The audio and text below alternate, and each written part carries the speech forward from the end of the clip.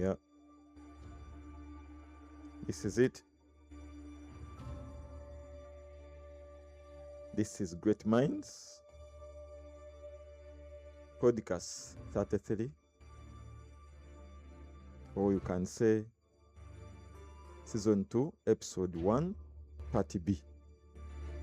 Previously, we recorded the Part A, which is already on our communication channels, as you're all aware. And today we wanted to conclude, of course, join in from where we stopped last time. Of course, we're looking at, we discussed a few things previously, but we'll be looking at the World Cup behavior as our segment. But we didn't conclude that. Of course, we'll continue with the EPL transfers. Of course, we've been seeing several coaches that somehow disappeared. And definitely we'll be looking at who is the GOAT, basing on what we saw within the World Cup. And then we'll look at the EPL week 1, what has so far transpired. And then, of course, we look into fantasy. Of course, we look into the number of village, the new kids on the block. People have different names.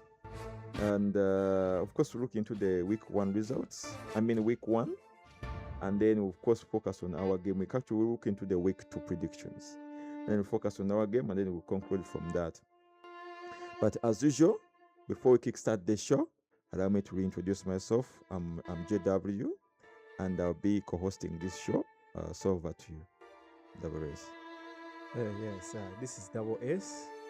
But today, I almost didn't make it to the podcast. What happened? There was no taxi. We were stranded on the road, in the park. So indeed, this is Chisanja no sleep. So maybe we can start from there. Is that what is happening to the taxis? They gave them 100 days to fix do what? To taxis. leave the roads to fix the taxis. So in the 100 days, what option did the government provide to us? Of course, there is no any other option that the government has given us. You either now have to use a bus or a border. So I don't know. Is this policy going to extend to the buses as well, or? That's something which doesn't make sense to me. So the taxis have been literally summoned to be repaired. Yes. But there is no alternative. Yeah, and just no. I think around 80% of the taxis 80% are off the road. So people are stranded. They're stranded on the road. If you get a chance to get one, the price isn't the usual one. There is a bit of an increment. So other than the taxi saga that is happening in this country, is there anything that is burning, you think? Kids got holidays. You know yes, that very but well. Some schools, headmasters have been caught and arrested. For teaching within the holidays? Yes. This is Chisanja no sleep. They don't want schools to make extra money. Because I'm told it's not free. You pay. Yes, of course you have to pay. Yeah.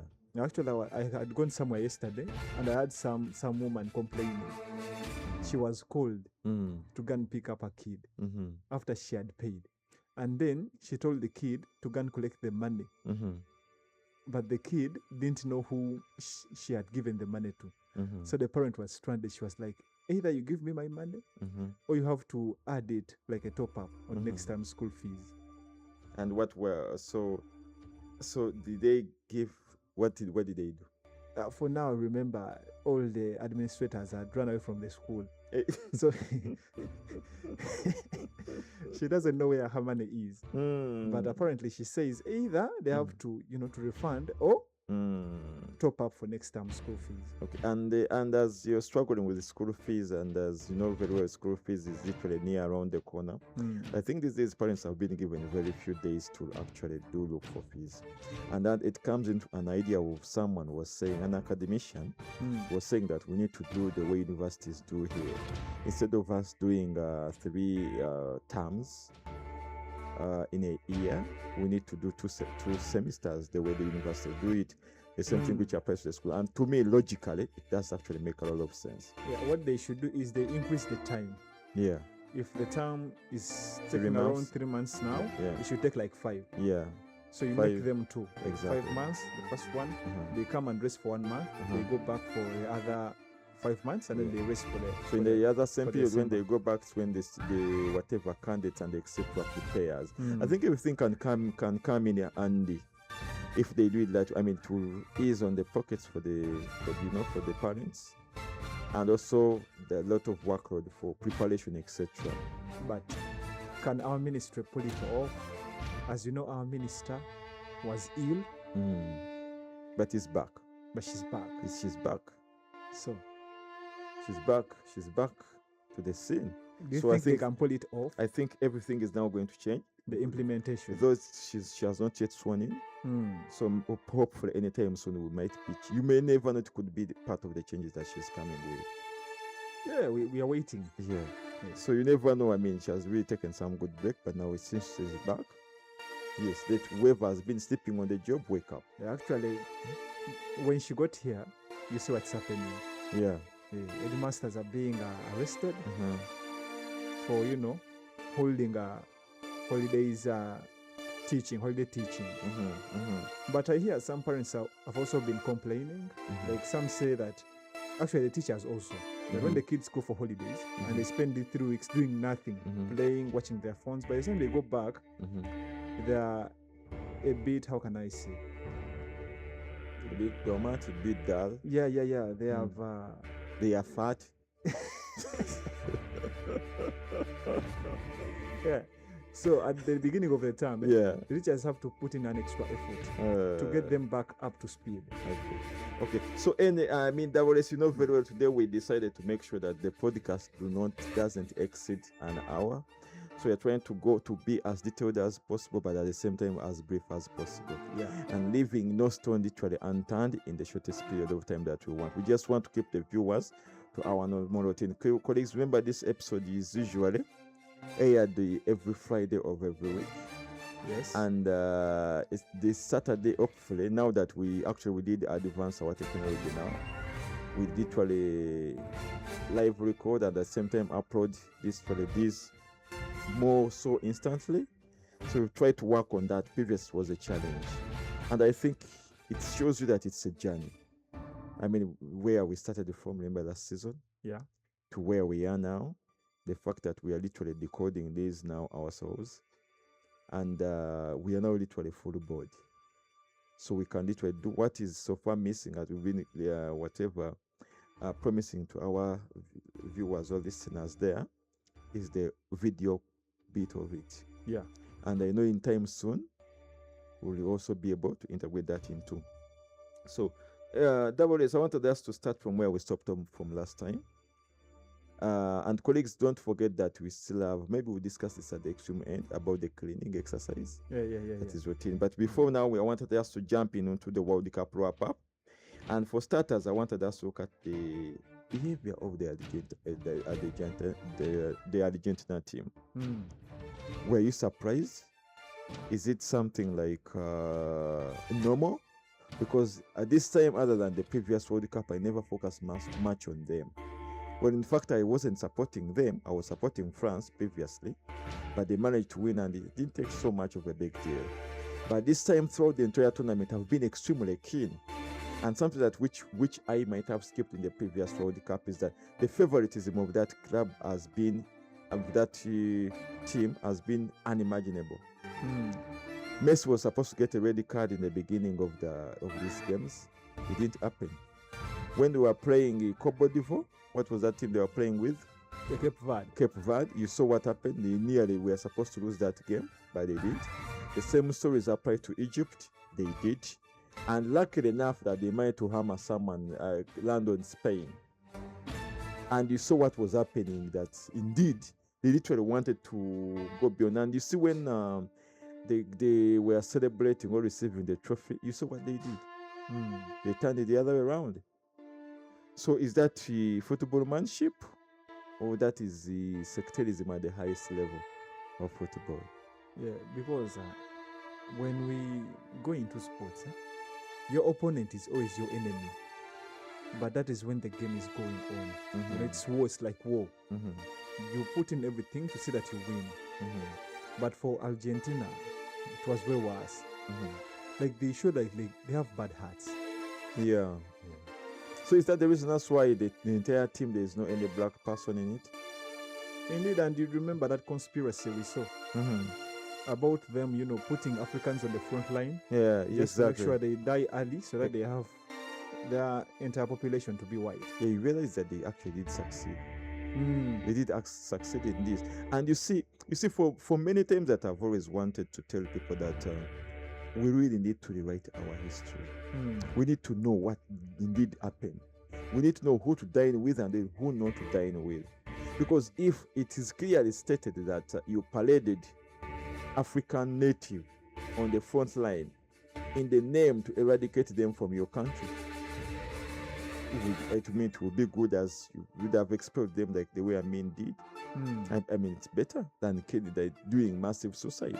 So, and I don't know up to now, I think I saw only one black person that was in the Argentina team.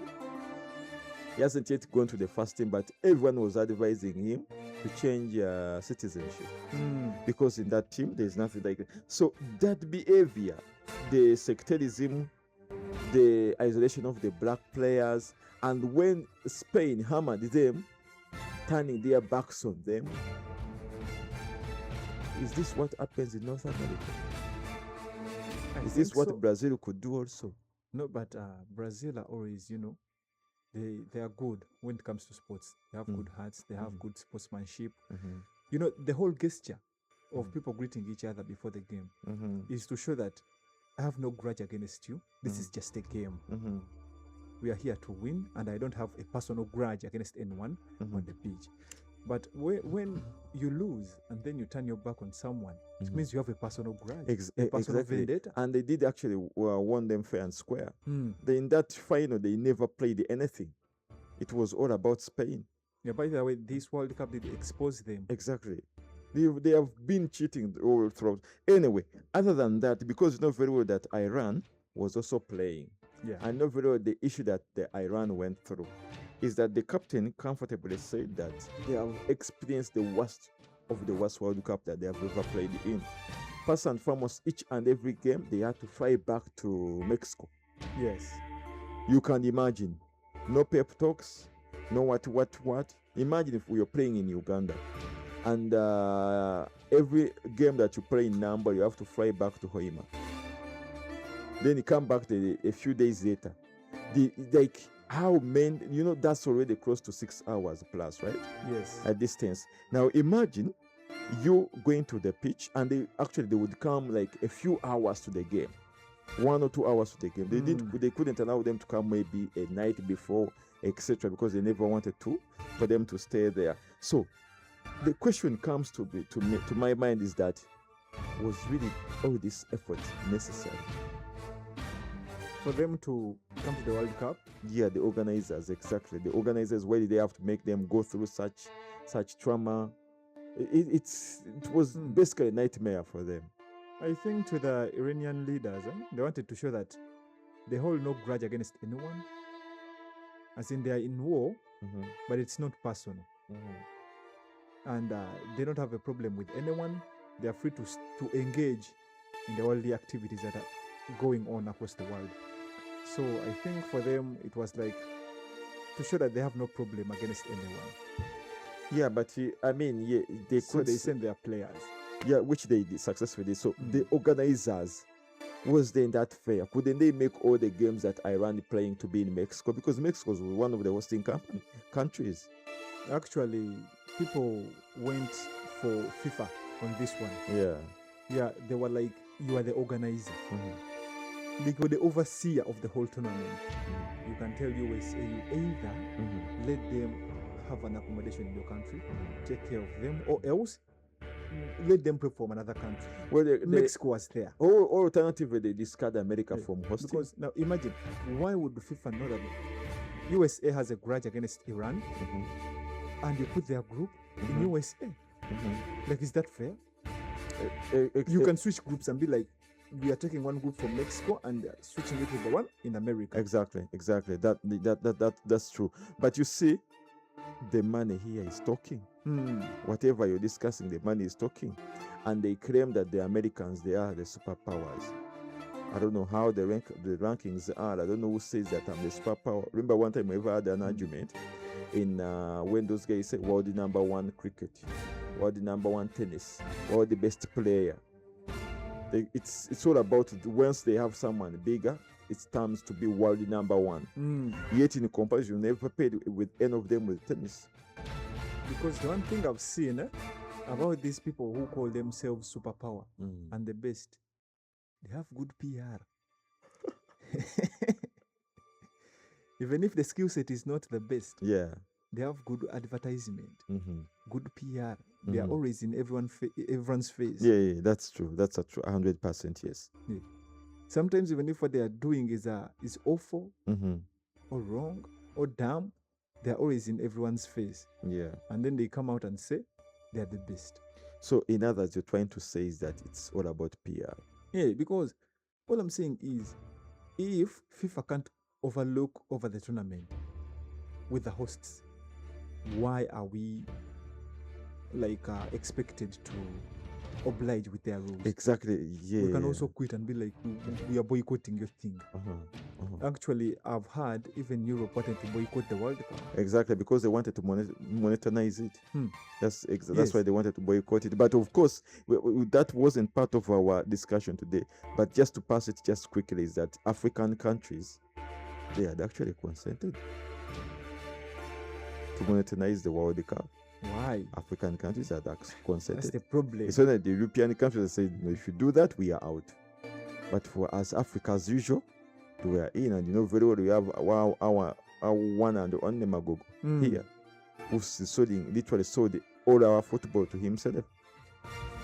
And after they say that we are independent, there is no neo-colonialism. Yeah, exactly. But does that make sense? It is advanced neo-colonialism now. It's not the usual one, the one we used to know, but this is advanced. To the point that someone with a PhD is being colonized. We need to end it. Exactly. So the moment they say that Senegal needs to take the cup back to Morocco, or they ban that Somali referee. Is it Somali? Yeah. We had to boycott the World Cup. Exactly. That was enough for us. Enough for us to say that, you know what, this is it. If it's not if there, you want to play your cup, go ahead and play your cup. Yeah. With only America, Asia, and Europe. But surprisingly, no one acted. So it shows a sign of weakness. I sent you a clip during the week regarding our president and how they managed to tell African presidents, excellencies actually, to turn back on an African soil, on an African mission. And when the one who are telling them, they are not in any position in administration in that country. They are not even close to Africa. Yes. But they are telling them on an African soil, on an African mission, with the African excellences, 6 of them, they were told to turn it back. And you know what they did? They turned it back. And you know what makes it worse? Huh? They had gone to broker for peace. Exactly. If they had gone there to maybe open up, start a war, maybe they tell them, you know what, that's not good, go back to your countries. So in brief, you're trying to say is that it means they wanted war to happen in Libya. And it did happen. You saw what happened to their president. So for Africa to stand up, do you think it's all about boycotting these sports games? No, I think it's about boycotting everything. Though it would take a lot, because we get a lot of donations from those guys. They are not for free, if you look at it from the bigger perspective. But here on the front page, it's like we are getting the best out of the deal, out of the colonialism that they have against us. But to be fair, to cut it off, you have to cut off the donations. People coming in your country without visas. You know, those people come here without visas. Yeah. And they just hang around. And to go to their country, you have to get a visa. You have to pay a fee. Plus, you have to tell them all the assets that you own. Yes. So it's way a little bit of a nightmare, and it will do the thing. Anyway, away from that, WS is that for the first time, and this is something that still I was also not focusing on, the tax on the prize money. Apparently, Spain was taxed. You don't take the trophy for. No. The money that comes with the trophy is taxed. And as we speak, the IRS took taxes. I don't know how much they took. Isn't this the first time anything of this sort has happened? Well, it could not be like that because we've not been following this up. It's the first time that it's being maybe on this scale. Exactly. But I'm not surprised. You might indeed find, because in America everything is about taxes. Tax here, tax everything. But is that normal? So the collection fees that they made throughout that entire tournament, etc., was it really necessary for them to tax this? No, I don't even think it's right. There is a way it sounds wrong. Because for starters, that team that came and won, it wasn't there on the worker visa. No, they didn't come to work. Yes, they came to entertain. Yes, yes, to play tournament. Exactly. So, and they are playing for a country. Why are you taxing them? Exactly. The money that they are receiving didn't come from them doing something like that is considered to be work. Yeah. So you see, there's always something funny. So again, with all this that is happening, again we managed to go ahead and then host it from there. Don't you think these were all signs that indeed, and by the way, to be blank with you and to be explicitly clear, this is the worst World Cup I've ever watched. Apparently to Trump, it's the best. He said it's the best World Cup he has ever seen. Does he have an idea of how football is? Of course not.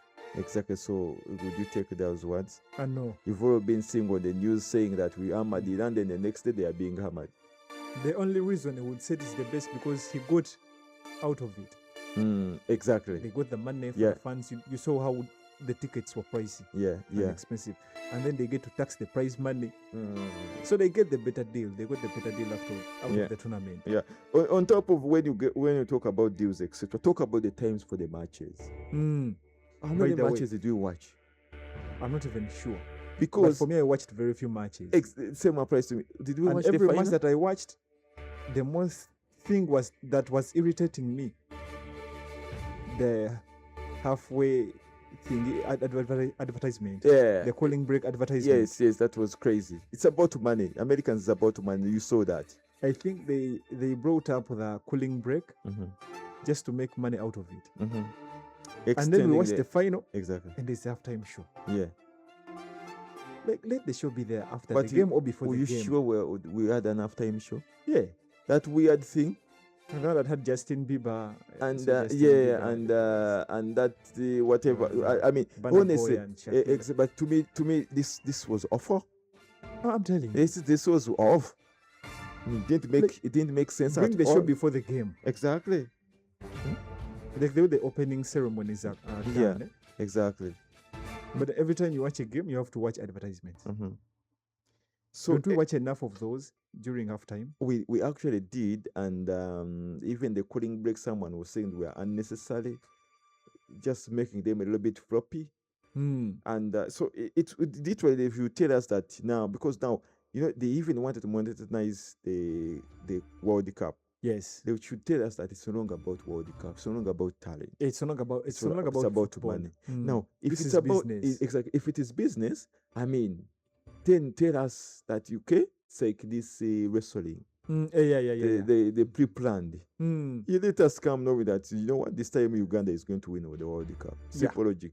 I think that's what they wanted for Argentina. Yeah, but you make someone waste a lot of money to travel here. You scrutinize them. You stop our referees from going there. This World Cup was the awful one. Very off. Anyway, we cannot cease to show our disappointment in this World Cup. It's England. They might reach quarterfinals, right? Yeah. And we're eliminated by. They actually finished third.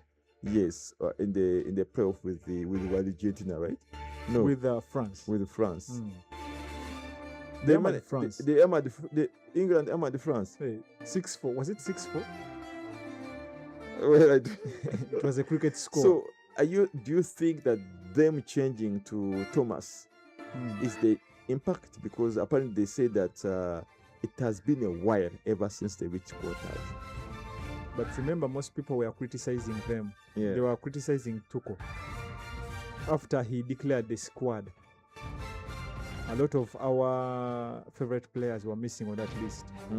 Cole Palmer, Harry Maguire, Luke Shaw, some big names. They were never to be seen. And most people were criticizing him. But to be fair, I felt like England could have done better. They had a chance to go to the finals.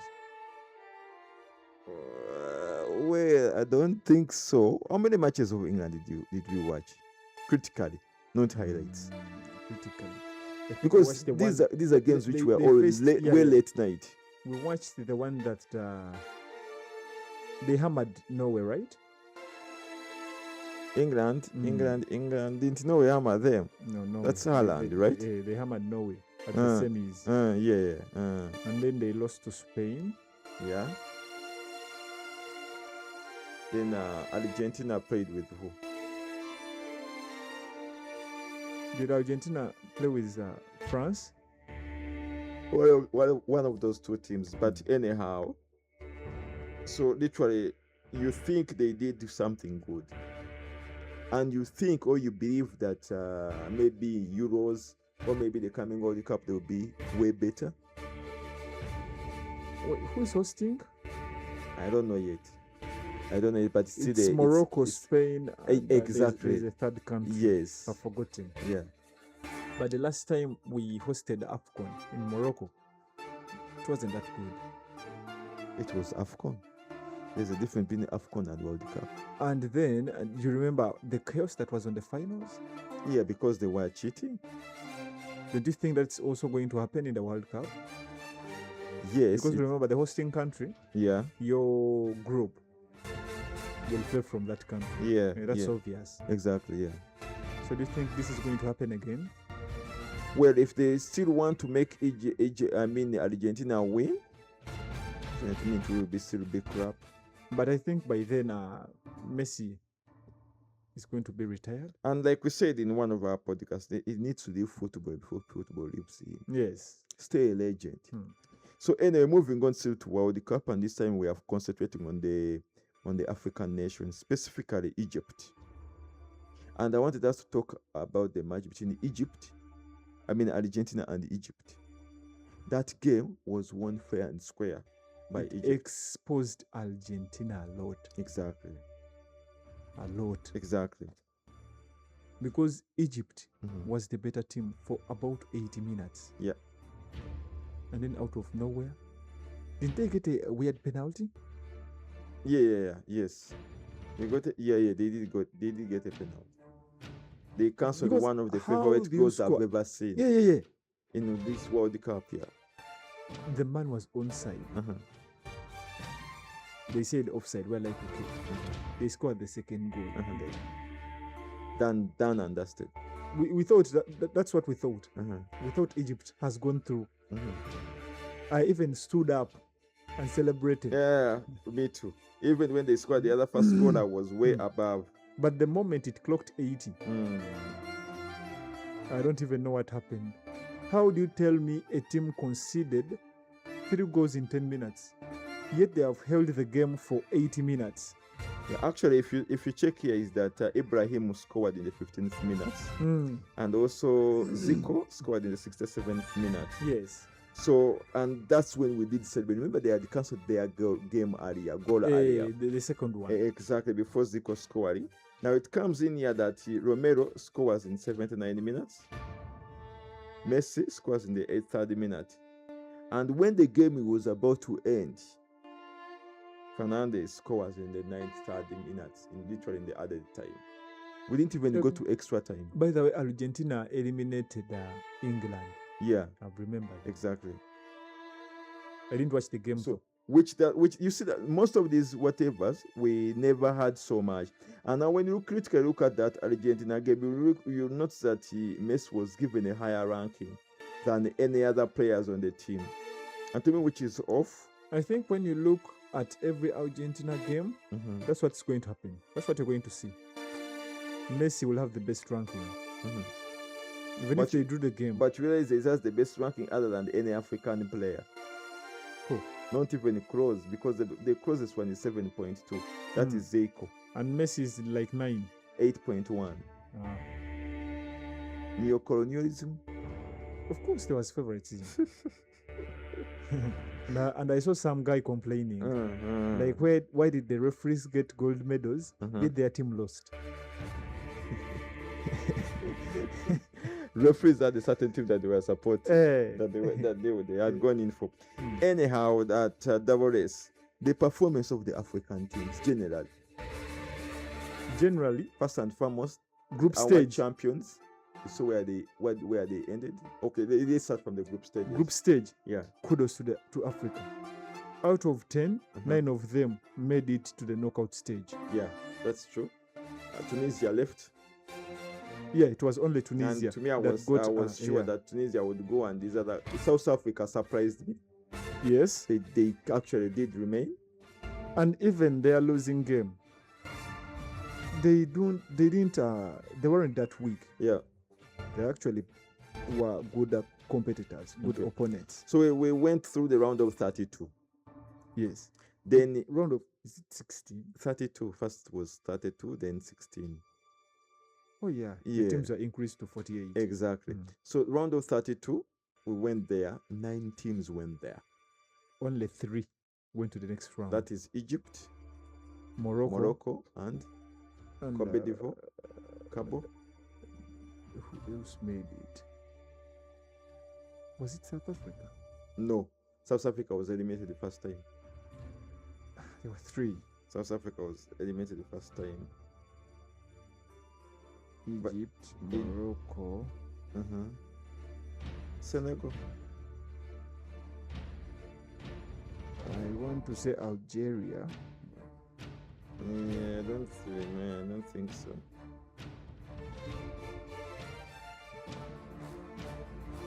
Senegal was eliminated first time.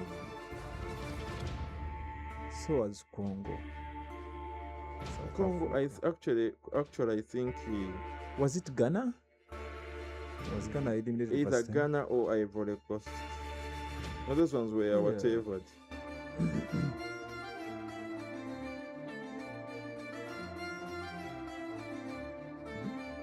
But I think it was like Algeria.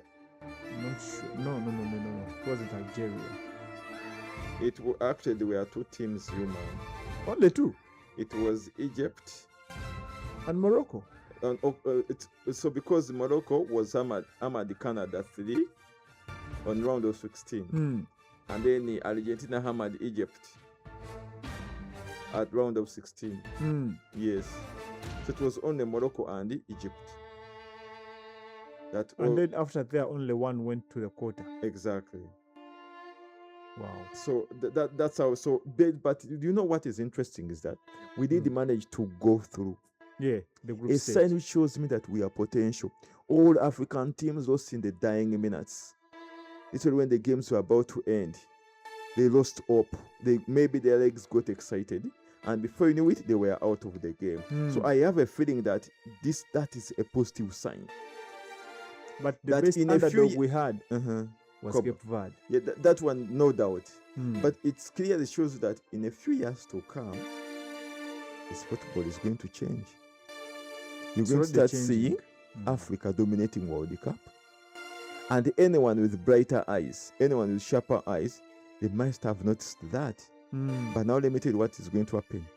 You're going to start working against that from happening. Yes. So as Africans, what have we done? The Europeans, the Americans, etc. Exactly. Being benched. Exactly. Because they have really seen that if they don't wake up now, Africa might become a problem in the near future, which was evident this time. They made sure that literally no African countries literally goes through. Yes. That's exactly what happened. I think Argentina eliminated 2 African teams. Yeah. Cape Verde and Egypt. Exactly. And all by a thin margin. Exactly. Very small margin. Cape Verde had literally hammered Argentina. Egypt nearly hammered Argentina. But for some reason, Argentina won through from those 2 countries. So it's an echo. It's a call to the African countries. I mean, if you subscribe to this podcast, there is hope. Yes. There is light at the end of the tunnel. years to come from now, Africa, Kuntiko. Yeah. I think it's assured. Exactly. It was evident in this World Cup. They try to squeeze them as much as they can, but somehow, they managed to come through. Yes. Imagine 9 out of 10. Out of 10. That's a very good sign. Mm. Exactly. But anyhow, is there any leftover you think we need to discuss about World Cup, or something maybe can come in at about World Cup? Yes. Most people I saw they're posting and making petition that the FIFA president should resign. I actually saw that. He mismanaged the entire event. It went for money, yet we are looking at football. Such tournaments literally doesn't make sense to monetize them so much. But not everything is about money. Because why would I host and then I have to pay money to you? Like, why? Exactly. I had hosting countries have to give some money to FIFA. Yeah. I had here we had to give them money. Exactly. Money to CAF. Why? All you have to do is put the tournament in my country. Make sure I have that the stadiums I have and the hotels and the facilities all meet your standards. That's the only thing you have to do. But why do you have to give you money? Yet I'm the one who is going to prepare everything, to prepare where where people are going to play from, where people are going to pass. I have to make sure the roads meet your standards. The roads are good. I have to make sure they are going to sleep in comfy hotels. So why am I giving you money? Yet I'm the one spending the most. See, there is something funny about FIFA and CAF. So are you saying that it is true? You really need to resign? Yeah, they are making the tournament into a business. You see, this is a sport. Every time you deal with the Americans, that is expected. And when you reach a point at a level whereby you think like you're indeed untouchable. If you reach a point whereby you think like you own the world, yes, you can wake up and they say you want to buy Uganda off the grid. If your mind starts thinking in that character, in that behavior, don't be surprised. They might start mating humans with frogs. Yeah. I think they're already making some tests. Exactly. Some lab tests. So, if you start thinking like that, then indeed the world is coming to an end. So don't be surprised for countries like Iran to come and be like, no, we are small, but you won't bully us. Yes. And they have really stood on their ground. If you wipe us from the world, go ahead and do it. Yes. If you have the energy. The war started when the Strait of Hormuz was open. But Iran refused to submit to America. Exactly. And do whatever you want. And for your information, they have abandoned the war. That's how strong Iran is. They're looking for alternative routes. Yeah. They're trying to see if some ice has made some cracks in Antarctica. They want to get a route through that side. But one thing you need to appreciate to God is that God is God. There are things that no one, whatever money you have, cannot make. Yes. This is a nature thing. Of course, during winter, the route will freeze again. Exactly. And you have to pass through the Strait of Hormuz. Exactly. So whatever you think of, if it's not God given, chill it. You have no justification to us to say, oh my God, I did this, I did this. No, chill it. So anyhow, that's what happened during the World Cup. Now, I wanted us to move to our next episode. And our next segment, and I wanted us to look at the major transfer deals that have happened in the EPL. You realize that when the game week began, we were surprised of some certain changes. Because we've been off, you didn't tell us how your vacation was earlier. You would have told us when we were off air what you did during that period. But probably that is something you can package for the next episode that we're going to hear on Friday this week. Yeah. Okay, so for starters, we have Savinho. Savinho left Man City and went to Tottenham. There is some conspiracy with that transfer. And this was completed with a massive $85 million deal for a winger. And two players moved from Man City to Spurs. That is Savinho. I hear one also Mamouche. No, Mamush is still there. But there are rumors. There are rumors that that like she it might moved move from to, there. to thingy, So tell me the to conspiracy. Spurs. So here's the thing. If Man City are to sell, is it Savinho? Is it Mamush? For a fee that is beyond 59M, they will have to give 15% of that fee to Frankfurt. What's your point? So the conspiracy is where this So, is what I But 59 is an undervalue. for Mamush. Yes. And remember he's an African player. Don't forget that. Yes. Yeah. So what they are doing, they want to undervalue him and sell him at 59, but then compensate that money with Savinho. Savinho was overpriced when he was being transferred to Spurs. Was it 80M? 85. 80. So he was overvalued. So that extra fee that was supposed to go on Mamush, it is paid with Savinho, so that they don't pay that 15% to Frankfurt. So there is corruption in these transfers. Business as usual. Hey, Anyhow, so they cut them out. do you feel like it's Savinho moving to Tottenham Hotspur? It's a good transfer. Where does this leave Man City? For Spurs, I feel like they are buying good players. They bought Senesi, Savinho, Tonali. They have that Liverpool wing back, Robertson. They all flopped. They are all I floppers. don't know what's happening to that team. Floppers. Is it the coach?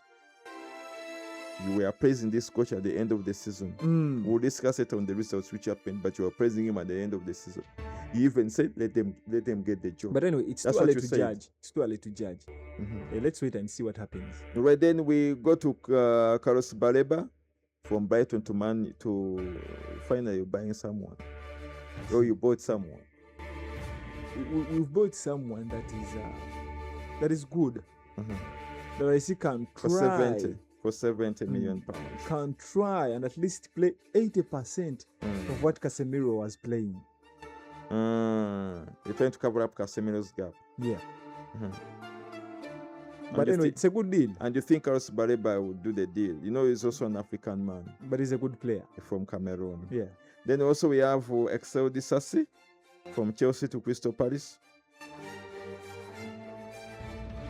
That's a good deal for Chelsea. For Crystal Palace. For Chelsea. They have a lot of centre backs.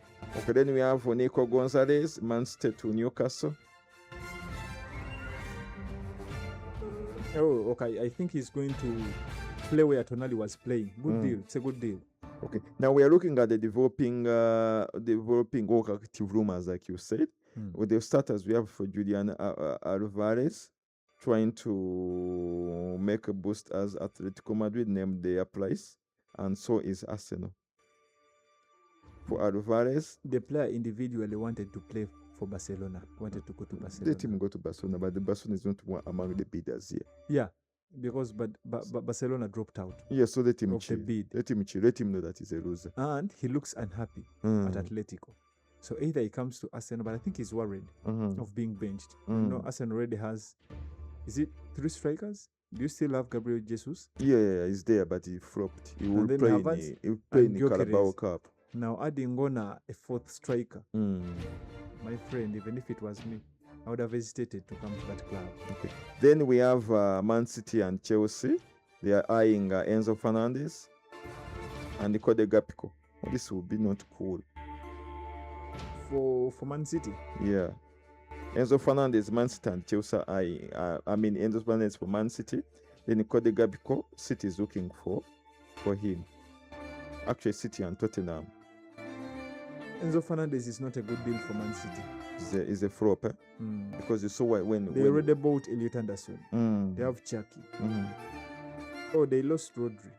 Not yet. Yeah. Rodri is still there. Oh, but they lost Bernardo Silva. And who else? And Nico Gonzalez. But Enzo Fernandez is not a good player. They can look for someone better. Oh, who else? Play with the ones they have. They have Kovacic. They have players. Then I'm seeing here for Manchester United again. You're looking at which one is this? It says you have Alexander Barrett. From Barcelona. Yeah, wrapped up in the Baleba deal. United, you've pivoted. The first securing Barcelona's left back. So, are you going to buy anything? But we already have Dogu. You come and buy our Alan Already Okelo. Dogu. Come and buy our Alan Okelo. Alan Okelo, by the way, went to Morocco. Yeah, but it's not going to feature on our podcast yet. Yeah. And then we are looking at Bradley Bakora. That's Liverpool. That would be a nice deal for them. Actually, yeah. Ngumoha will now go back to warming the bench. Ngumoha will go back to warming the bench. Because now we have Gapco on one wing, Bakola, and Isaac. But Isaac, Vero, that was a failed one. Of course, he's a flop. I don't know what happened to him ever since he came to Liverpool. He was a star when he was still in Newcastle. The way things change. Okay, so Davores, when we look at the coaches, that's the faces that we are all shocked. We're looking at Enzo Maresca. Very well Pep retired. So Enzo Maresca comes on to Man City. Then we have Xabi Alonso for Chelsea. New face. Then we have Adona Ariola, not a new face per se because it was from Bournemouth to Liverpool. And then we are looking at Newcastle. I don't know what happened to Eddie Owe. But Eddie Owe left to Mafiasi Yesel. Then when we look at Bournemouth, we're looking at Marcos Ross. Of course, he replaced Ariola, the one who went to Liverpool. Then when you look at, but these are so many, I don't know why. When you look at Fulham, we have Alvaro Abeola. I don't know what this one is. We replaced Marco Silva. Because when you look at Nottingham Forest, So new head coach, right? Yeah, now it is Olivier Glasner. Who replaced Victor Pierrari.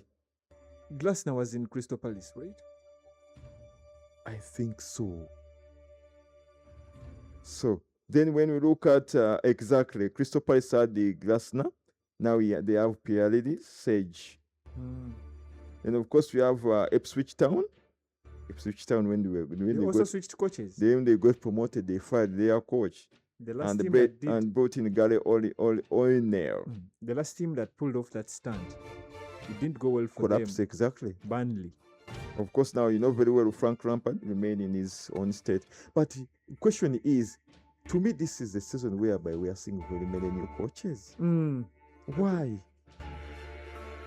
So I think nowadays, football is all about the playbook. And if your playbook isn't one good enough to take your team anywhere, you will lose your job. It's no longer about the players. Remember in the old time, it used to be about the players. Like, once I have Thierry Henry, my attacking is good. Irregardless of what team you're playing, irregardless of what playbook, my attacking is good. It's no longer like that. I think nowadays it's more of the coach. What tactics do you have? Exactly, and how are you tuning your players to play? You know very well when you're playing here, your PS or something like that, you have that feeling of the players are not happy. You have to make the players happy in the game. Do you think it's the same concept here? Yeah, I think it's the same concept, because if a player gets emotionally depressed, like you can't Rashford. get like Rashford, Grealish. You can't get the best. Grealish was alcohol. But what led to that alcoholism? I don't know why, but he's just off. It's just too. Yeah, that's true. He's a drunkard. But what led to that? So anyhow, is that the reason that's why we are seeing very many new coaches this time? Yeah, I think so. But for some coaches, they just left. Yeah, of course, there are those that left, like Pep. Ariola went for a big gig. Yeah. You know what happened to the guy who left Wolves? He went for greener pastures. And then things backfired. I don't know where he is now. And then at some point he went to Tottenham Hotspur. Tottenham? Yes. He also went to Nottingham Forest? Yes, and he was fired by the big guy. also at West Ham. Yeah, They got relegated. exactly. So it really became a nightmare for him. Yet he had made Wolves be something. Sometimes looking for the greener pasture. As turns to what? It's the same concept you have, like the Ali Bad left Uganda. The worm. The worm. The worm must have left Uganda. So is it the same thing? Like there is no more greener pastures for him. Yeah, there are no more worms. Grey pasture. Grey pasture rather. So anyhow, you've heard all that. You've seen what happened in the World Cup. And so far you've watched at least the first game week. You've been watching playoffs before the Premier League starts. Yeah. And pre-season. As it stands now, who do you think is your GOAT? Or who do you think is likely to be named on the Ballon d'Or? As it stands? Yeah. Messi? Because for starters... Messi? No. No, absolutely not. The one and only Ronaldo? No. Still not Ronaldo. We need someone who have won their league, someone who has won the World Cup, and some other small domestic cup. Yeah, I mean? Remember last time he developed a man on his heart? Yeah, when he wasn't nominated. When he was second. Okay, this time round he's a good candidate. He's a very good candidate. So you feel like there's some chances of him? Then Rodri, this time round, no. Mbappe? No. Yeah, Mbappe would also be a nominee. What did you say earlier? He'll be a nominee. But what did you say earlier? You said World Cup. What? By the way, they didn't win their league. They also didn't win the World Cup. So he's off. So we have Yamal. Who is? Do you have an Arsenal player that plays in Spain? Raya was also on bench. Didn't even see anything like a goal at all. The only person I can see is Merino, but Merino, no. He's always off the bench. What about Rice? England. Yeah, he did well for Arsenal. Ballon d'Or. Okay, but by the way, the Ballon d'Or should go to the person who has been, how can I say, the MVP, the most valuable player in the team, who has put on the greatest impact. Yeah. And to me, I think Rice is a nominee. Yeah, Rice is a good nominee. Yeah. So, and then among your best goalkeepers so far? The World Spain Cup? goalkeeper? Yeah. He was the best in the tournament. Unmatched. He only conceded one goal throughout the whole tournament. Yeah, so Is that like a record? It is. So you feel like Raya couldn't deserve to be in that goal, right? You know, he could have made all those saves, but the team was also good. They kept the ball to themselves most of the time. The man was hardly being attacked. So I think even Raya would have done well, would have done good. Okay, now, Double S, as you're speaking of Raya, you know very well that the EPL season 26-27 is on, and the Arsenal managed to make a clean sheet, hammering Coventry, Lampard, 3-0. The first opener. First, before we get into that, there was Community Shield, where Arsenal smartly hammered Man City. Smartly hammered Man City. Was it luck, beginner luck, or it's a curse for Arsenal? I think. Or Enzo Maresca doesn't know what to do. The win was well deserved. No, you know, these new coaches,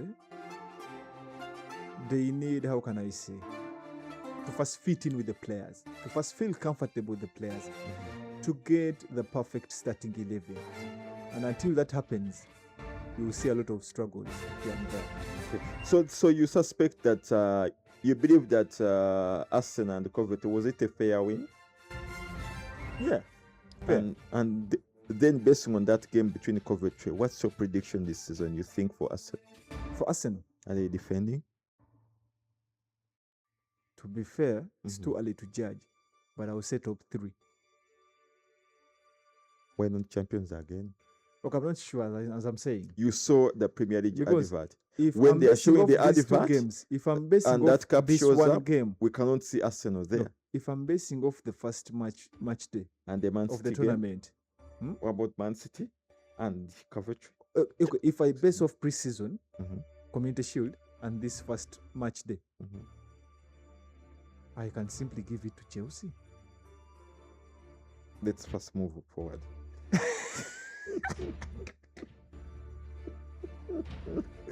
Because now I think either you're tired. No, did you watch the Chelsea game? We are going to discuss about it. For me, it's the best game so far. We didn't manage to doze at all. Then we have Hull City and the Man United. What a disappointment. Tell us more, because you were complaining about your defenders. Harry Maguire was attacking his Immediately own I saw defender. the lineup, I started complaining. The moment I looked at the lineup, because how do you put Dogu on one wing in an attacking position when you have better forwards? People who are natural built, natural born forwards. And then you bring a defender and put him in an attacking position. Mhm. And then you get the two new midfielders we just bought and start both of them. Tielemans, And Santos. very floppy, very weak. I don't know even why you bought it. But let me ask you one question. I'm not a Man U supporter, but do you really have to buy anything that is left on the market? Do you have people that tell you that no, you're buying a flop? Okay, Of all people, Tielemans. I think managers get some praise and some bonus if they are able to make good transfers. If you are able to make some profit for the team through transfers, And you that think is, you buy someone at a cheap price, and when you're selling them, you sell them at a higher price. and you think Tielemans was a good deal? Tielemans is not so bad, but Andre Santos, Okay, then why did you concede 2-0? no, again, Last season when That it ended, combination when was you're bad. praising this coach, oh my God, he's our hero, he's We our had legend, Casemiro. etc. you know, he got a stable starting 11, whereby in our midfield we had Casemiro, Maino, and Bruno Fernandes. Now, starting the season, the only person that remained in that midfield was only Bruno Fernandes. Yeah.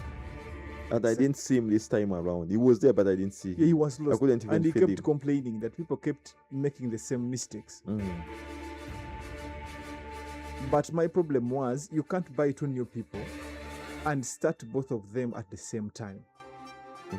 You have to first monitor them, see how each one of them plays, make them fit in your gameplay, in your game plan, and then maybe then you can start them. Then we have Everton and Crystal Palace.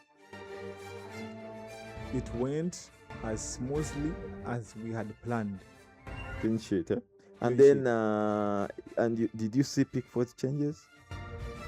Pickford saves. Who took that shot? There's a shot that he saved. Was it Nketiah? Nketiah, does he have the power to do that? There's some guy who took a shot. Yeah, and Pickford saved it literally. Almost 1-1. reflexes. Exactly. He's unmatched. Yes. He's just in a weak team, but he's unmatched. And then we have Ipswich and Sunderland. Ipswich hammering Sunderland 2-1. Are you surprised with that? Yeah, I was. That was a shock.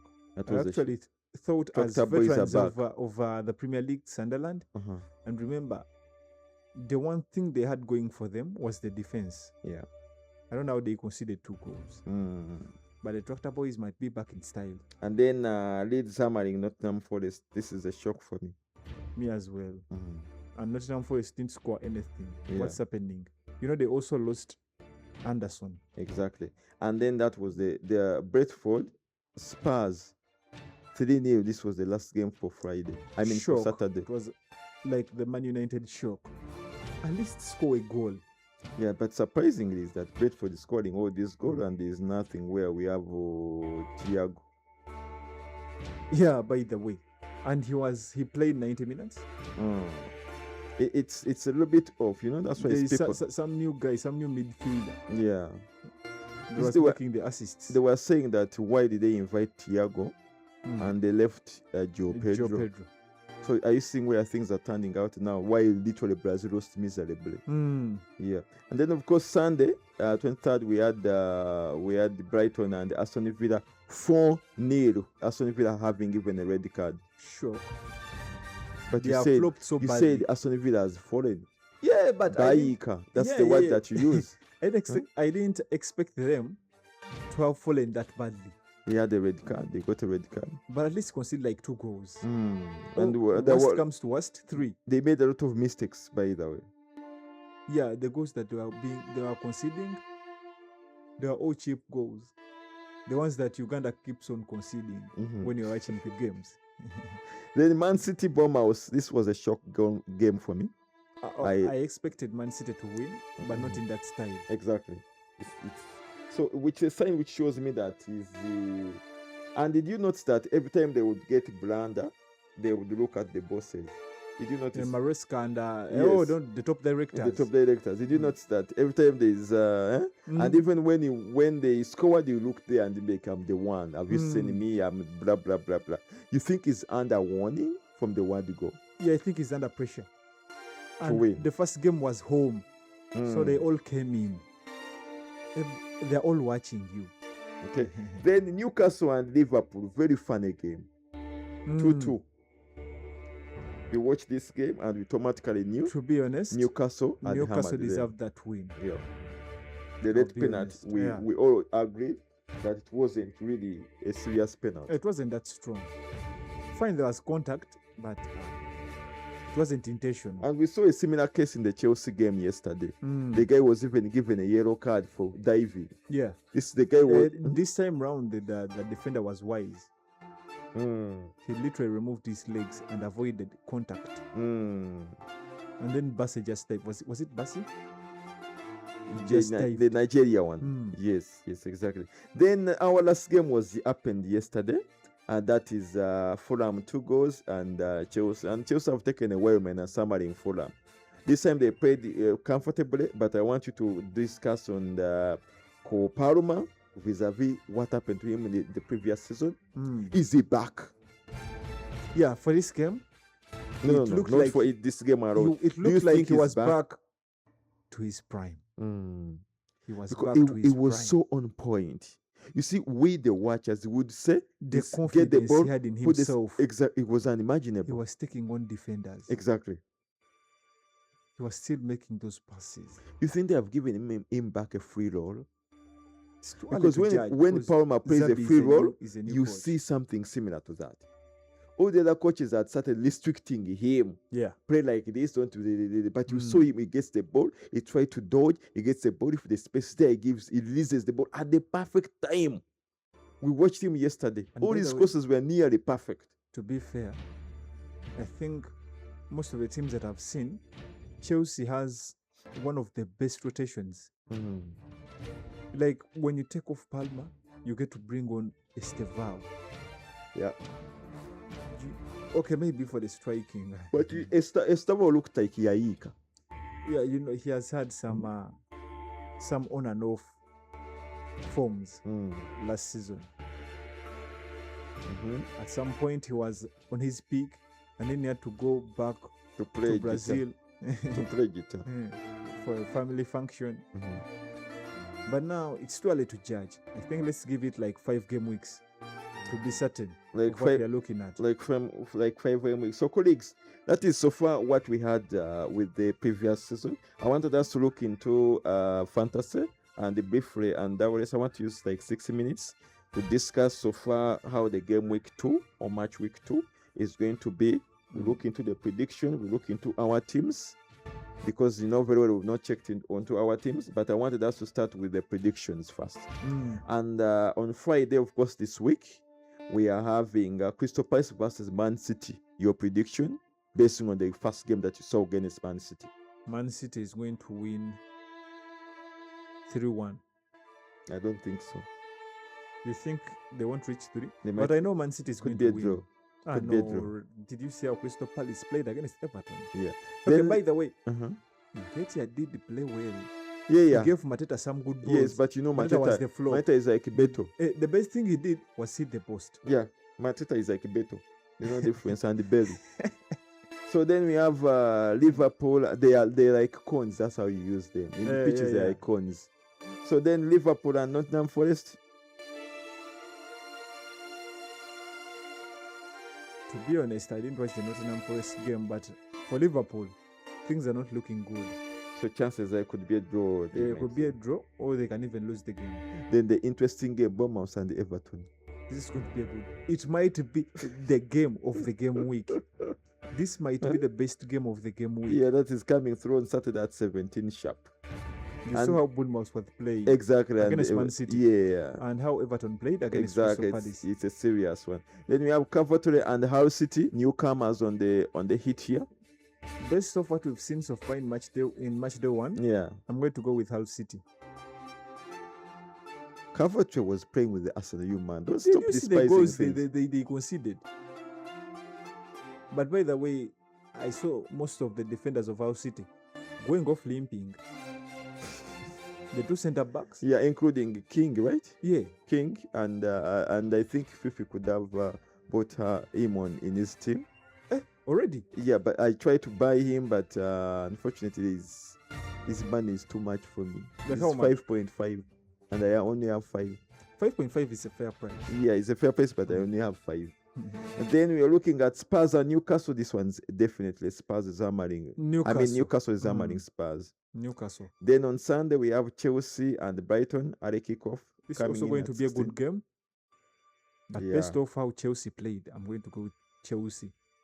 It's going to be a narrow win. Might be like 2-1, but I'm going to stick to Chelsea. Briefly, I want to talk about the Chelsea goalkeeper. Oh, Sanchez. Yes. I sent you a clip earlier. There's no big team that has won the EPL with a bad goalkeeper. And Sanchez is awful. He's a con in the pitch. On the pitch, he's a con. And they have no substitute. Yeah. Whatsoever. So what do you think Chelsea needs to do now? Now, if it's not too late for them to get another goalkeeper, we have Baindiri. We were about to say Andrew Onana. We sent back Onana on loan. To the same team. I think it's another team. It's another team now. But we have Baindiri. But by the way, Chelsea sells off good goalkeepers. They sold off Petrov. Mendy. The penalty specialist, Arrizabalaga. That one didn't do anything. So, I think their best course of action is to tell their forwards, we need goals. This is a serious game because Brighton hammered the Aston Villa 4 goals. Yeah. So if they have such a floppy goalkeeper, it can be weird for them. Because every time we saw someone shoot, we were almost certain it's going to go in. Against Sanchez. So then we have Leeds and Brentford. Leeds did hammer Nottingham Forest 1-0, but I'm going to go with Brentford 2-1. This might also be a close win or a draw. Then Sunderland and Fulham.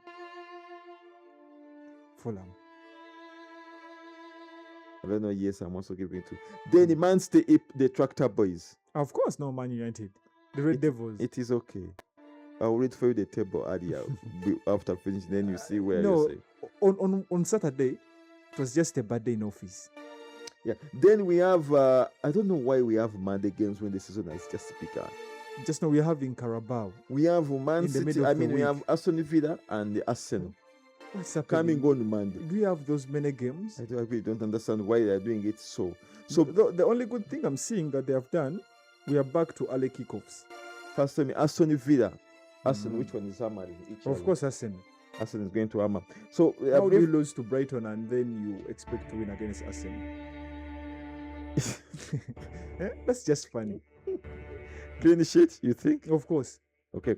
Then, of course, when you look at the table as it stands now, Brighton is number 1, Arsenal number 2, and then Brentford is number 3. Then when I look at the bottom 3, we have Aston Villa at the bottom, Spurs at the bottom, and Coventry at the bottom. Of course, Man U is in 17th at the bottom 4. Man U is in 17th. And But as that position is going to drastically change it is okay. We are here. We will be watching. after Sunday. So before we get into the Nama Vondrigi, I want you to first tell me your expectation this game week so far when it comes to your fantasy team. Were you happy with your selections? I don't know. Are you about to activate the wild card? Things are not looking good. Because as it stands now, maybe before as it stands now with the Nama Vondrigi, I see we have, we have new names actually. We have J-Code version 2.0 with 72 points, of course, number one position. We have Fifi version 6.0 with 69 points. Yeah. We have Trevor with 53 points. We have Namaviru Stars with 49 points. We have Anarchy with 44 points. That's in the 5th position. We have China FC. China. So the name is the one which is going to make him fall at the bottom. with the 40 points. We have 2026 champions. That is the NL Moments with 40 points. And then we have the one who keeps on saying that this season he has come for us. Destroyers. He changed the name from undefeatable to Destroyers. As it stands, and he's getting destroyed. He's actually being destroyed. The Destroyers are getting destroyed. With started, we are nearly about to double him. You can imagine just match week 1. Now tell me your expectation. As it stands here, you have 44 points. Were you happy with the selection? No, of course not. I was below average. The average was at 50. And I'm not happy with how things transpired. But I want to give my team one more chance. Hey, God says you have to give second chances. I want to give them a second chance to redeem themselves. And if they flop this time round, I'm going to be forced to activate my wild card, because I know most people are going to activate it now. Already NL activated the wild card. I saw him do it. And I know China might also activate it. So I'm not yet sure. I'm not yet certain. But I want to give them a second chance, because I have really good players, to be honest. But in those good players, only 4 give me some returns. But I know they can do better. So you feel like a second chance for them is a plus for you. Yeah. And you think like you might change up a few things here and there. I'm not going to change anything. I'm going to leave the exact players with the exact captain that I gave, Haaland. Though he flopped in game week 1, he gave me only 4 points. And once your captain flops, things are not looking good for you. Yeah. So in the earlier on during the day, Parma had a yellow on him, but now that yellow has gone away. So meaning that he's able to start the game. So for me, as it stands, I'm so far happy with my team. I'm only disappointed with the Liverpool players. But Sobosola gave you some points. Yeah, Sobosola did give me a point, but the penalty which came in as a weird penalty. But at least what I'm lucky is that they managed to put for me Calafiori, which managed to push me to 72 points. So basically, to me, I'm not complaining about my team. Like I said, I want to bring in Kings, but I'm still in doubt of whether he was injured or etc. And I need 2 transfers to be able to bring him onto the game. So for starters, is that Cole Palmer is unreplaceable in my team. Of course. Now, if you don't have Cole Palmer, sort yourself as early as enough. Now, I'll take you to my fantasy team, and then you see how my pick so far is going to happen for the coming week. Of course, I'm leaving Pickford in my goal. I'm maintaining Mikolenko. I'm maintaining Calafiori, given the fact of what he did. I'm not touching on Coyote. Frimpong is there because I don't have a transfer. And then, of course, I have Bukayo Saka. I have the one and only Semenyo, a flop. But I was now I'm turning Palmer, the captain Palmer, as my captain. You're captaining him against Brighton? Exactly, yes. He's a serious guy. Well, I'm a Brighton, and I'm sure of that. Yeah, he's a great pick. Then I have Soboslai, I have Haaland, and then I have Calvert-Lewin. Because I don't have any options. On my bench, I have Petrovic, Tanaka, Kadioglu, and Folo. Now, keep in mind that this season, we are playing Chidemesa. Chidemesa, what does that mean? From the word go, if I want to stay up there, I need to make sure that the team you ready now likely with Zaki to literally mirror that team. So over to you, WS. Yeah, with my team, as I said, all I'm going to do is a few substitutions here and there, but I'm not making any transfers. I'm going to keep my transfer for game week 3. I need 2 transfers to bring in the player I want to bring in, and that's Palmer. Yeah. So for now, I'm going to go. You want to bring in Palmer? Yeah, of course. Actually, I brought in Mbeumo as a placeholder. Yeah. For that position. Yeah. But apparently, Mbeumo isn't giving me the returns I hoped he would give me. So he has to go. But in my goal, I'm going to go with Kinski, Spurs keeper, against Newcastle. You're putting a Spurs keeper. I can't put in Verbruggen going against Chelsea. It's based okay. off what I saw when they are playing Fulham. You know, number 8 is looking for you, right? keep doing that. It's okay. In my defense is going to stay as it was. That is Mikolenko, Ballard, and Luke Shaw. I still have hope in my team. In Man U. I'm going to use 5 midfielders. You know that you still have hope. You don't have transfers. I have my one transfer. There's nothing like, okay, are you going to remove all the Man U players? Of course not. But I can sell one. Yeah, then sell one. And also I have my wild card. I have my free hit. Hey, use them. I can activate my free hit. I think I should activate my free hit. Yeah, because it's already not looking good for you. But some of us, we know how this thing is done. We know the problem is activating my free hit, and then when we go to the next game week, my free transfer is not given to me. I don't like the things. And it usually happens, yes. Yeah. So in my midfield, I'm going with Semenyo. I'm going to stick with him. I'm sticking with Captain Fantastic, Mbeumo, Ndiaye, and Pascal Gross. You still have Ndiaye. You said, how about Dewsbury Hall? Auntie, I wanted to switch for Dewsbury Hall, but I don't have enough transfers. Okay. So striking, I'm going to go with 2 strikers. Haaland as my captain and Joao Pedro. I'm benching Calvert-Lewin because he didn't start the first game. For me to start him for the Brentford game, I don't know. I need to have at least 70% assurance that he's going to start that game. Because I can't have bench materials in my team. Actually, he's the first player I'm going to sell, if I'm being honest. The moment we reach match day 2 starts like this, game week 2 starts like this, remember that you can transfer for the next game week. Yeah, it's already open. I'm going to sell Calvert-Lewin. So other than King, is there any midfielder that you would recommend? There is some guy in Brentford called Sangare, but I think it's 5.5. Sangare.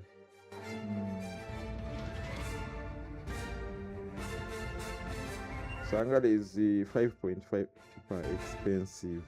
Yeah, most of the good people start at 5.5. Exactly. So which is quite a little bit. The same thing in defense. Okay. To get anyone sensible, you need to have at least 4.5. So, double race. In conclusion, do we have anything new in this app for this season? In the fantasy in the app? Yeah. The refreshes. The refreshes are new. Yeah, by the way, I had forgotten. There's live update. Yes, exactly. Exactly. As the game goes on, you get live updates. Exactly, including the bonuses and etc. Hopefully, their databases won't crash. Exactly. So they're showing you that it's hard for you to see the one with the highest rank because it has to process, which is, to me, that's a bad algorithm. It's bad. They told us everything is live. Exactly. You can see everything update as the games go on. And already we are seeing loopholes. Some things are already off. Exactly. And I think they are either going to change that. Other than that, any new looks? I didn't see any new look into the app. Yeah, I also haven't seen anything new. It's still the same thing. And same old fantasy. Basically putting for me in multiple games. So, Double S, you know very well we have 1 minute to end the show. And that is, we are nearly coming to 1 hour and 19 minutes. We're not doing bad from 2 hours to 19 minutes. Next time also we need to take off the 19 minutes. I want you to conclude. Look. First is that we have cleaning. This coming weekend locally here. Conclude. Yeah, my conclusion is, by the way, people had fun the last time. Plus we refused. So are you going to clean our street? This time round, Cleaning starts at 7. this Saturday, Uh-huh. I don't feel like I want to clean. I don't want to clean. Uh-huh. I want to go out there and see the people that are cleaning, how things are going. But you're not the going problem is, to... I saw some clips, some people are found meandering around. They got caned. Uganda. I don't want to be a victim of those canes. So you can move with gloves and a broom just in case. If they find you, be like, hey, I'm doing something here. So You pose like someone who is sweeping. You know? But this time round, I think also I had some people who wanted, to also move around. For starters, we want to move around and see if the thing is working, if the implementation is working. Because I saw the PM make some adjustments for the Adventists. Because for them on Saturday they have to pray. Yeah, but then he said they will clean on Sunday. Who is there to monitor that? Of course. No, that's a fail the program. It's already starting to fail. Yeah, it's a fail the program. The problem that they don't usually... Hey, you could have said for you at least clean for 2 hours before you go to church. Exactly, but but don't give them another Adventist, day. Saturdays, there is not time for working. From the time they wake up. Exactly. Up to evening. Yeah. They are at church. So, but in conclusion, all I want to say is, guys, don't forget to subscribe to our handles. We're on X, we're on TikTok, and our main page is YouTube. So and you also need to tell us when our episode usually comes out. Yeah. Both on TikTok yes, and on YouTube. And YouTube. Yeah. You can catch us every Friday on YouTube and on TikTok. We're still looking for more platforms. Like iPhone podcast, we shall see. Yeah. As things move along. Yeah. But for now, those are our 3 platforms, our main platforms. Okay. And as always, the close we always tell you, as you're out there, as you're doing whatever you do, as you trained hard as much as you had to try and meet ends meet. The economy is not doing very well. Yeah. The people are stuck here and there, but provided you get something that you can put in your stomach, big up on yourself. Yes. It's on the end of the world. The world will still remain here. So just have that faith. You never know, tomorrow might be a better day. Keep that faith running. Then for those that feel like they no longer want the world, no. We are cleaning on Saturday. It will cause happiness. You had double S, that one is already going to make him happy. Yeah. It's going to people playing soccer. And on the streets. Yes. The last time they did that was during the COVID days. Now they are getting the similar experience. If you have a neighbor and the neighbor, this is the neighbors plant flowers outside their fences and etc. Yes, so go pick one flower and donate it to yourself. Give it to yourself. You don't have to do what? You don't have to stress with what is around in the world. Now, if you don't have anything to put up in your stomach, the government these days is offering free things. You can comfortably go to Balam, our minister for local government. Yes. He has tried to showcase that what the government can do, which no government has shown us that what, in fact, even wants the budget for the districts to be public. Accountability to the zero. And you believe that this is indeed Chisanja no sleep. Things are changing. You've seen how people have been acting. So those that in public offices, and then you feel like those offices belongs to you, my dear, but anytime soon is going to knock at your door. Yeah. So keep in mind that you're not the first in that office and not going to be the last in that office. Yes. So better do what is rightfully that you need to do. You're working for the people. Exactly, for the good of this country, Uganda. We want to be, the best country in Africa. The best country that is deserved for, and we cannot achieve that if you're still embezzling money. Yeah. But now, luckily enough, we have our CDF with staff on corruption. We have Honorable Baram, who is the Minister for Local Government. So far, they have proved legit. Even the Minister for Transport, yes, he has proved legit. He's showcasing all the loopholes that the previous ministers were not showcasing. And indeed, this is good for us. Yes. For the sportsmanship, Magogo, he has literally handed over all the construction to the brigade, to the UPDF brigade. And UPDF, wherever they touch, wonders happen. Yes. That is the mighty army. The mighty Bachwezi army. Undefeatable. Bachwezi? So as we wrap up, Keep it up there, keep safe, and make sure you always put a smile on your face. See you this coming Friday or the other Friday? This Friday. This Friday we'll be adding the podcast for the other Friday. Yeah. All right then, you had it right. These episodes will be live tomorrow. Yeah. Both on all our media handles. This is no longer delays. This is a new way we are going to rock. As usual, we stay great minds. This is episode 2 of season 2. And last minute hack. So to help you so that you don't always search for our name, please make sure you subscribe Exactly. and follow us. Exactly. Yeah, you'll get notifications as the for every time we upload. Exactly. Now, Yes. for those that we maybe didn't say anything, we didn't touch much on the local content. This was always a continuation on the previous episode that we did. Yes. But Friday will be coming with episode 3 of the Great Minds. Episode 2, part 1. Exactly. All right, chill out and have a very lovely and fruitful weekend. Peace out.